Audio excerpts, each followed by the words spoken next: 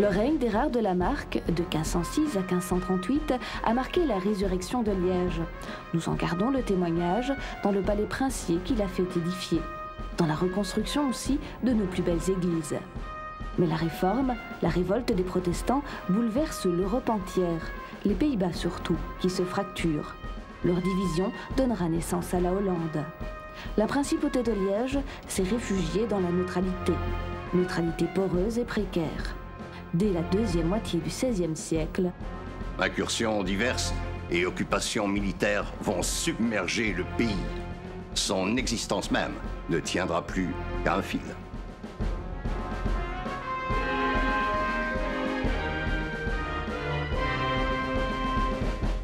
Le règne d'Érard de la Marck s'est achevé en 1538.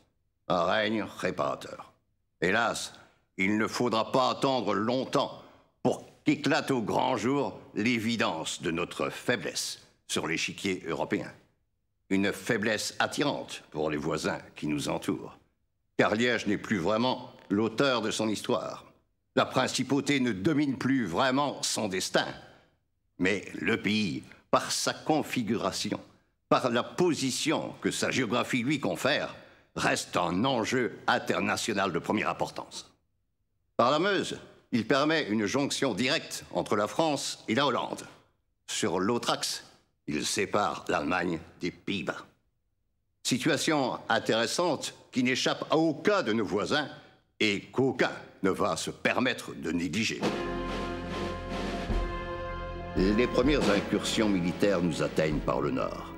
Elles arrivent de la Hollande qui est en train de se former.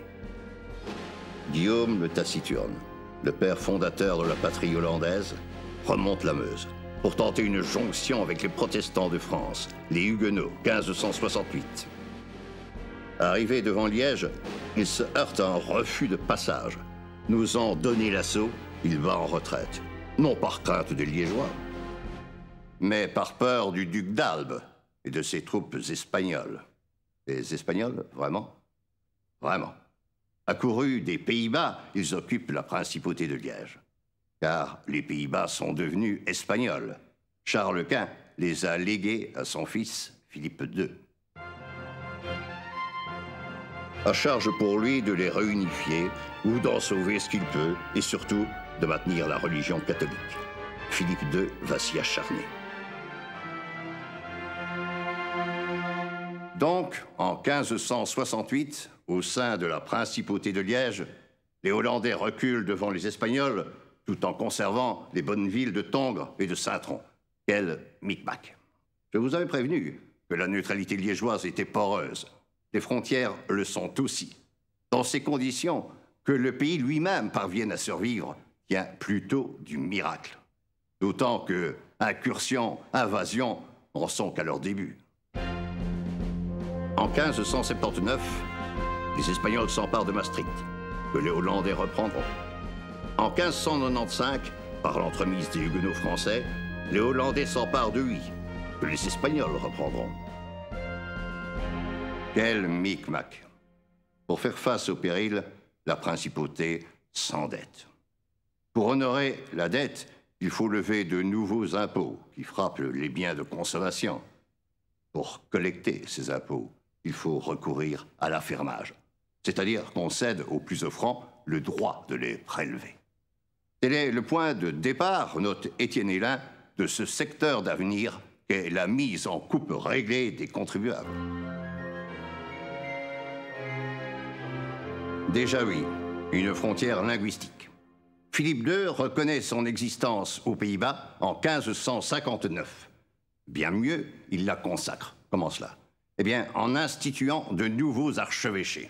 Cambrai, Malines, Utrecht, et de nombreux évêchés annexes dont le ressort territorial suit scrupuleusement la ligne de partage des langues. Et pourquoi le fait-il? Pour combattre les protestants qui gagnent du terrain, pour favoriser, pour rendre plus efficace sa propagande catholique. Il veut que sermons et prêches soient compris du peuple, et par conséquent qu'ils soient énoncés dans l'idiome, dans le parler adéquat. La réorganisation totale des diocèses, que le roi d'Espagne impose aux Pays-Bas n'a pas d'autre motif. Mais la principauté de Liège est indépendante, me direz-vous. Donc les mesures de Philippe II ne la concernent pas. Si, quand même, car elles réduisent le diocèse de Liège et le domaine spirituel de son évêque. Regardez. Avant 1559, le diocèse de Liège s'étendait loin à l'ouest et au nord dans les Pays-Bas. Il englobait notamment Namur, Louvain, Bois-le-Duc. Après 1559, le diocèse rétrécit à vue d'œil. Adieu Namur, adieu Louvain, adieu Bois-le-Duc. La perte atteint sensiblement l'évêque de Liège, notre prince. Diminution de son prestige, diminution aussi de ses revenus. C'est la faute au roi d'Espagne.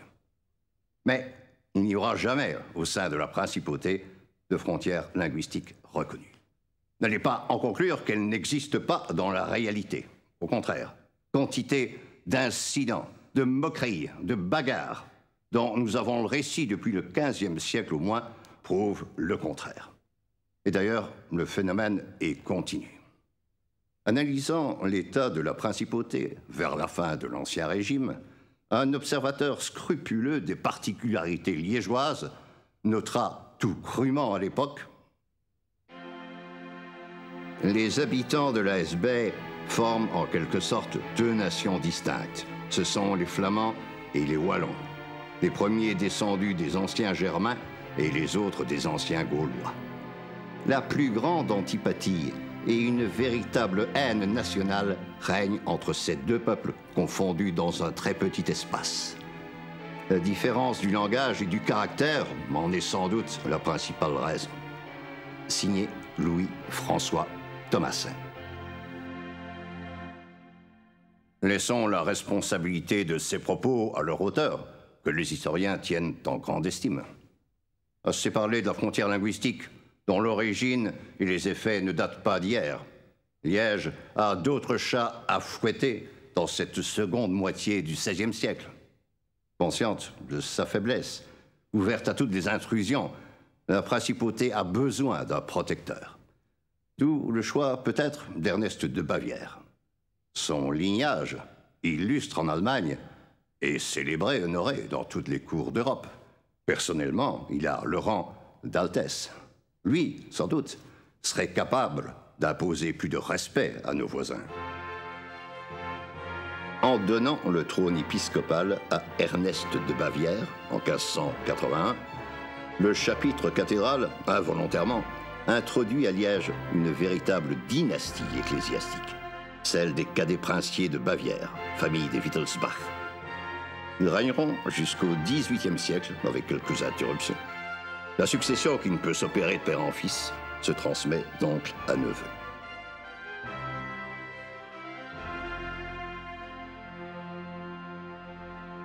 Ces princes-évêques, qu'ils se prénomment Ernest, Ferdinand, Maximilien-Henri, Joseph Clément ou Jean-Théodore, cumulent tous des dignités diverses.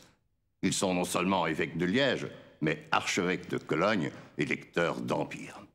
Et leurs préoccupations politiques, souvent, les détournent de Liège et de ses intérêts. Le premier d'entre eux, Ernest de Bavière, laissera pourtant de bons souvenirs. Les Liégeois l'aimeront bien. En effet, il s'accommode volontiers de la démocratie corporative. Dans un pays de stricte obédience catholique, il fait preuve d'une certaine souplesse envers les protestants. Et là, il s'inspire de notre ancienne paix de Fex, la Constitution de 1316. La paix de Fex stipule en effet que chacun doit être jugé selon la loi et les statuts, ce qui a déjà entravé fortement les ardeurs de l'Inquisition. Bien sûr, on continue de brûler ou de bannir quelques sorcières. Cette horreur judiciaire ne s'arrêtera que beaucoup plus tard. Mais pour les hérétiques, les bûchers s'éteignent définitivement. Autre bon point pour Ernest, il favorise l'instruction. Inauguré en 1582, le premier collège des Jésuites va connaître un succès foudroyant. Un bon point encore. Ernest de Bavière s'intéresse aux pauvres. Sa maison privée, dans les prés d'Outremeuse, il la transforme de son vivant en hôpital public. Qui servira longtemps, jusqu'à nos jours ou presque. Les Liégeois ne sont pas prêts d'oublier l'hôpital de Bavière. Hélas, le règne suivant, Ferdinand n'a pas le caractère de son oncle. Obstiné, autoritaire, il cherche à briser l'influence des métiers lesquels s'opposent à des impôts supplémentaires. Furieux, Ferdinand quitte la cité et c'est d'Allemagne qu'il va observer, surveiller la guerre civile qui éclate à Liège.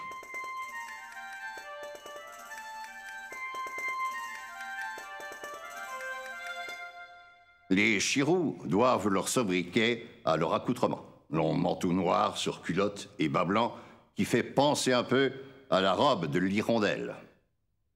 Les Grignoux, ce sont des grincheux, des malcontents, des contestataires. Le parti des Chiroux, assez noble, ecclésial, rassemble surtout des bourgeois fortunés, des grands, pour reprendre une terminologie ancienne. C'est le parti de l'ordre et par conséquent du prince. Les Grignoux, majoritaires dans la population, incarnent surtout les aspirations des petits bourgeois, artisans, boutiquiers, bref, la foule. Et cependant, les chefs, les tribuns des Grignoux, ce ne sont pas des minables. Sébastien Laruelle, par exemple, a une belle carrière d'avocat derrière lui quand il est nommé bourgmestre en 1630. Tout en voulant maintenir la neutralité liégeoise, il s'appuie sur la France. La diplomatie française, du reste, n'est pas avare de son argent. La lutte entre les Chiroux et les Grignoux, ce n'est pas du folklore, je vous l'assure. C'est une guerre civile acharnée et sanglante. En 1633, les combats de rue font rage près du pont des Arches. En 1636, le canon tonne contre la cathédrale où les Chiroux se sont réfugiés après une attaque manquée sur la Violette. 16 avril 1637. Sébastien Laruelle se rend à l'hôtel du comte de Warfusé. Il est invité à un banquet. Non, c'est la mort qui l'attend. Un commando espagnol s'en saisit, le transperce à coups d'estocades et de braquets.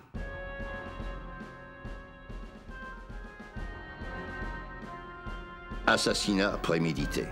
Le comte de Warfusé en avait prévenu les ministres du prince-évêque.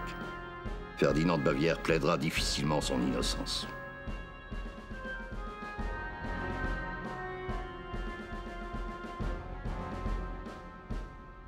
Dès qu'il apprend la nouvelle, le peuple se rue dans la maison du crime. Il taille en pièces Warfusé et ses complices. À son martyr, à son héros, il va réserver des funérailles nationales.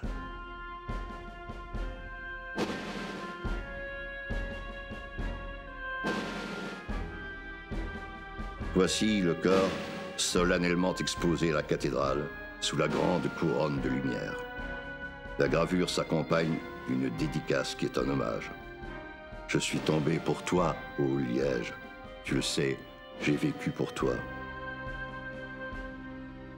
La mort de Sébastien Laruelle ne met pas fin au conflit.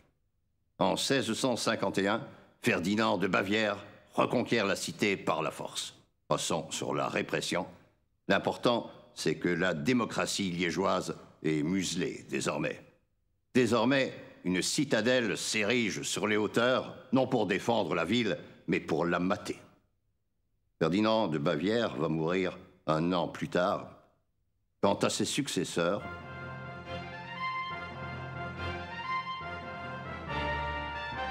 ils seront complètement absorbés par l'ascension de Louis XIV. L'apogée du roi Soleil change la donne. À quoi bon subsidier la populace de Liège alors qu'il est devenu fort commode de s'offrir directement ses princes? Ont-ils toujours conscience d'être évêque de Liège, archevêque de Cologne, électeur d'Empire? C'est Maximilien Henri et Joseph Clément de Bavière. On pourrait en douter, car plus français qu'eux, tu meurs.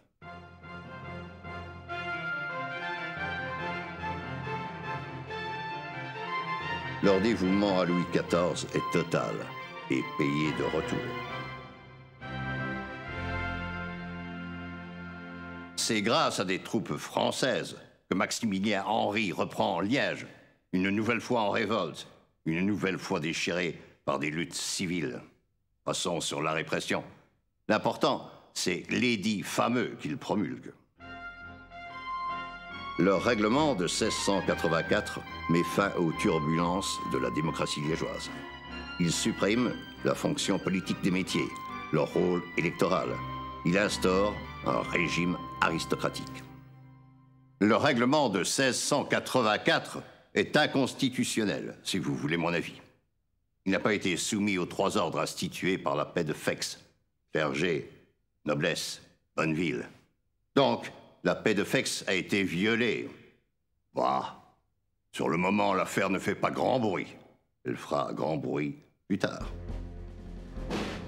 Ce qui fait grand bruit, entre-temps, c'est le bombardement de Liège, en 1691.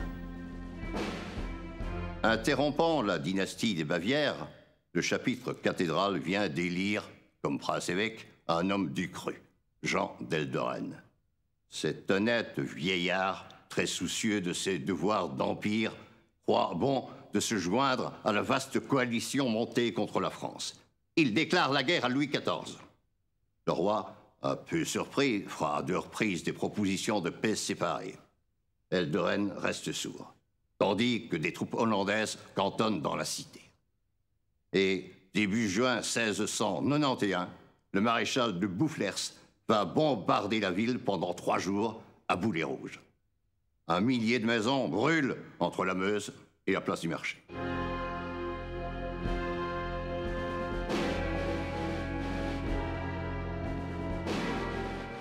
L'ancien hôtel de ville, la Violette, s'écroule dans les flammes. Il sera remplacé par celui qui nous est familier. Autre incendie, accidentel celui-là, il ruine l'ancienne façade du palais qui était familière à Erard de la Marck. Elle sera remplacée vers 1737 par celle que nous connaissons de nos jours.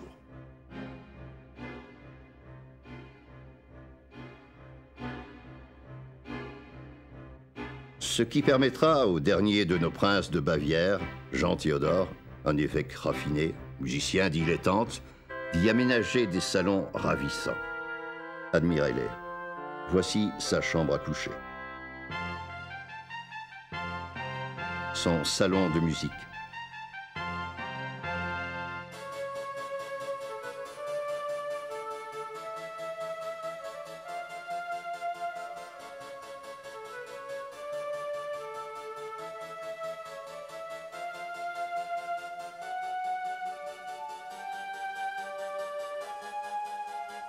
Sa bibliothèque. Le salon d'Achille.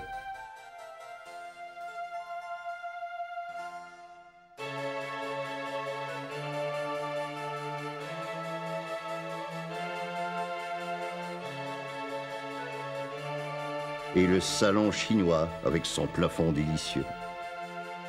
Dommage qu'on ne puisse visiter ces intérieurs admirables. Ils sont malheureusement occupés par les bureaux de la justice.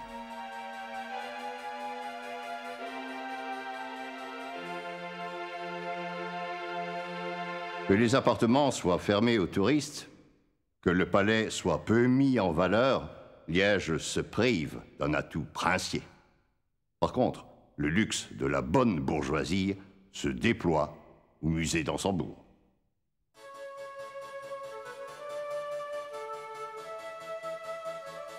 Vous pouvez le découvrir.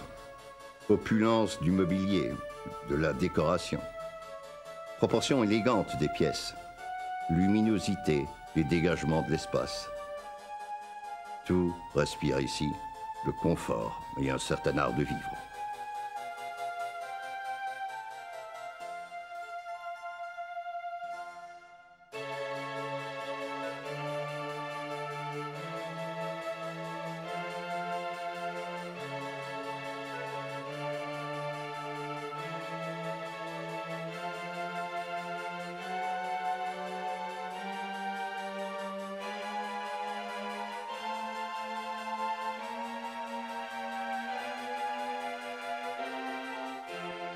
Malheureusement, la population de Liège comporte moins de bourgeois fortunés que de chômeurs et de mendiants.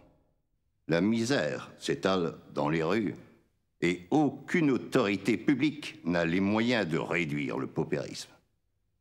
Même carence dans le domaine des arts, constate Étienne Hélin, qui noircit quelque peu le tableau en déplorant l'exode des talents. Et c'est vrai que beaucoup de nos artistes partent se former à Rome, où une fondation liégeoise les accueille depuis 1725, avant de s'établir et de se fixer à Paris. Nous ne pourrons, dans cette émission, ni mentionner leurs œuvres, ni même citer leur nom. Le musicien Grétry, pourtant. Son succès à Paris est si éclatant, comme sa popularité dans l'Europe entière, qu'une foule immense fera cortège à ses funérailles au Père Lachaise. Mais son cœur, ainsi que Grétry l'a voulu, par testament, restera liégeois. Il est là toujours, dans cette statue, au cœur de la ville. Si la France nous prend des artistes, elle nous envoie de son côté des journalistes et des idées nouvelles. Il est bien français, Pierre Rousseau, qui lance à Liège le journal encyclopédique. Il est bien français, Pierre Lebrun, qui lance à Liège le journal de l'Europe. Ils sont bien français, ces impertinents philosophes dont les lumières commencent à pénétrer la principauté. Rousseau, Voltaire, Diderot, pour ne citer que les plus illustres. Tiens, ajoutons-y l'abbé Raynal, puisqu'il a séjourné à Liège. Malgré quantité de nuances qui les distinguent, tous critiquent la société de leur temps. Tous dénoncent l'obscurantisme, les dogmes religieux, les despotes et les privilèges qui font obstacle au progrès du bonheur humain. Comment leurs idées subversives entrent-elles dans la principauté? Oh, par une voie commerciale. Les imprimeurs liégeois se lancent dans l'édition clandestine des ouvrages réprimés, censurés ou tracassés en France. Ils publient en contrefaçon l'énorme encyclopédie de Diderot, l'entièreté des ouvrages de Voltaire, etc. Leur publication énorme est destinée à l'exportation. Le marché local en consomme un peu. Mais combien de Liégeois ont appris la lecture? Et parmi eux, combien se plairaient à lire des philosophes? La clientèle à Liège ne doit pas être nombreuse en ce milieu du XVIIIe siècle. Alors, comment les idées subversives peuvent-elles atteindre la population? Par les sermons. Et oui, en prêchant contre les livres pernicieux, le clergé doit forcément dire quelque chose des abominations qu'ils contiennent. Les paroissiens s'en instruisent. Par le théâtre aussi, dont les Liégeois sont friands. Le premier théâtre s'installe sur la Batte en 1718. On y jouera Voltaire, l'insolent Beaumarchais et bien d'autres. Bref, les Liégeois, dans leur ensemble, sont bel et bien au courant des idées nouvelles. Les mentalités évoluent. Le climat intellectuel se fait réceptif au changement. Nous sommes, disons, en 1770. Demain, un nouveau prince-évêque sera libéral, franc-maçon, ami des philosophes et des Lumières. Il s'appelle Velbruck. Après-demain viendra la révolution que personne ne prévoit. Je voudrais vous montrer deux petites choses. Cette gravure de 1771 célèbre l'affection de la France pour la ville de Liège. La grande sœur avec tendresse étreint sa cadette. Douce image d'une France chérie et consentante.